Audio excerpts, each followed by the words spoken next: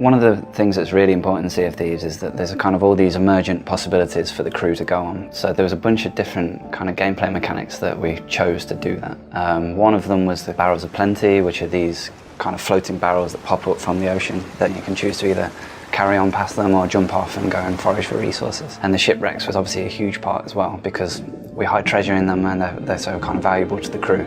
It's kind of a good thing that steers you off course. So you could be on a voyage with your crew, and then all of a sudden somebody in the crow's nest spots like a flock of seagulls over there, and then you've got to make that decision as a crew whether you stick with the voyage or whether you veer off course and actually go towards and find out and discover what this thing that the seagulls are flocking around is. And then it comes this interesting dynamic where do we all kind of jump overboard and swim down to the shipwreck, or do we have a split in the crew where some people go back to protect any chests that you have on board whilst the rest of them kind of dive down to the shipwreck and explore it. But I find that like the essence of Sea of Thieves, because you've got to collectively make that decision to either all of you go down and get the treasure in possibly the quickest amount of time possible, or you take a risk where there's the potential for another crew to come and sink your ship, steal your ship, take the loot from your ship. Or just hide on your ship and wait for you to come back as well. Even better, hide in the lower decks, yeah. Let them come back on, suspecting nothing, and then kill them all. Yeah, whilst they're putting the shipwreck chest back on the ship as well. My favourite tactic. Yeah. So as well as the chests that we've kind of hidden on the shipwrecks, we wanted to have a bunch of barrels on there as well for players to forage for resources. So even if a crew had kind of got there first and stolen the chest, there was still a reason for players to kind of go down there and explore the shipwrecks. And we added the floating resources as well, like the bananas and planks and things, because it kind of gives a sense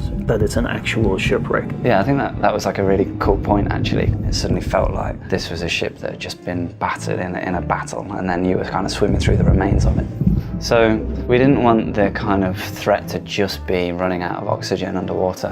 We wanted to be like a consistent threat in the world when swimming, which is where the sharks came from. Yeah, so we ended up writing some stuff that meant that the shark AI can figure out when you're in a shipwreck, and when it detects that, it circles the shipwreck waiting for you to come out again. So you get these awesome moments where you kind of just above the map table looking to see where the shark is that's circling the shipwreck, and then you can choose your moment to basically dart out of the hole and like swim back to the surface with the chest. So I actually think the drowning is scarier because of the audio. The audio is superb. It actually makes me feel like I'm drowning, and Yeah. It's absolutely terrifying. There was a bunch of different feedback that we went through to get there. Like at first it was just the health bar was chipping down, and that didn't really add to that panic other than I'm going to die shortly. But then we started adding in like a kind of black like vignette into the thing that made it feel like you were starting to pass out. And then, like you said, we added in the kind of audio effects as well. And that was kind of like